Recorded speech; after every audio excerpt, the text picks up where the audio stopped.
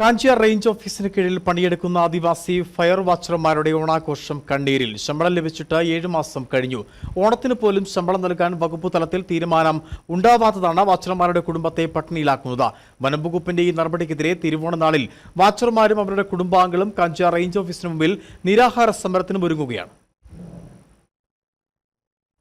കാട്ടുതീ തടയുന്നതിനും വന്യമൃഗങ്ങളെ തുരത്തി ഓടിക്കുന്നതും ഫയർ വാച്ചർമാരാണ്. ജീവൻ പണയം പറ്റാണ് ഇവർ ജോലി ചെയ്യുന്നത്. 1 മാസം ജോലി ചെയ്യുമ്പോൾ 15 ദിവസം വേതനമാണ് ഇവർക്ക് ലഭിക്കുന്നത്. വനം വകുപ്പ് നൽകുന്ന മസ്റ്ററോൾ പ്രകാരമാണ് ആദിവാസികളായ ഫയർ വാച്ചർമാർ ജോലി ചെയ്യുന്നത്. മാർച്ച് മുതൽ ജൂൺ വരെയാണ് കൂടുതലായും ഇവർക്ക് ജോലി ലഭിക്കുന്നത്. വന്യമൃഗങ്ങൾ നാട്ടിലിറങ്ങിയാലും കാട്ടുതീ കയറിയാലും ഇതിന് പരിഹാരം ഉണ്ടാക്കണമെങ്കിൽ ഫയർ വാച്ചർ മുന്നിട്ടിറങ്ങണം. ജീവൻ പണയം പറ്റാണ് ഇവർ ഈ ജോലി ചെയ്യുന്നത്. ജോലി ചെയ്ത 3 മാസത്തെ ശമ്പളം ഇതുവരെയും ഇവർക്ക് ലഭിച്ചിട്ടില്ല. മന്ത്രി അടക്കമുള്ളവർക്ക് പരാതി നൽകിയെങ്കിലും ഇതുവരെയും നടപടിയും ഉണ്ടായിട്ടില്ല. കുട്ടികളുടെ ആവശ്യത്തിനായിട്ട് പോലും പൈസ ഉണ്ടാക്കാൻ ഒരു ഉണ്ടായിരുന്നു. അത് ഞങ്ങളുടെ പറമ്പിലാണേലും ഉണക്കിൻ്റെ ഭാഗമായിട്ട് കൃഷികളെല്ലാം നശിക്കുകയും ഒരുപാട് ബുദ്ധിമുട്ടോടുകൂടിയാണ് ഞങ്ങളിപ്പോൾ പോയിക്കൊണ്ടിരിക്കുന്നത്. ഇത്രയും വർക്ക് ചെയ്തിട്ട് ഞങ്ങൾക്ക് നാളിതുവരെ ആയിട്ടും ഏകദേശം 7 മാസമായെന്ന് തോന്നുന്നു. ഞങ്ങൾക്ക് ശമ്പളം ഇതുവരെ ലഭിച്ചിട്ടില്ല. അതിൻ്റെ ഭാഗമായിട്ട് ഞങ്ങൾ തിരുവോണ ദിവസം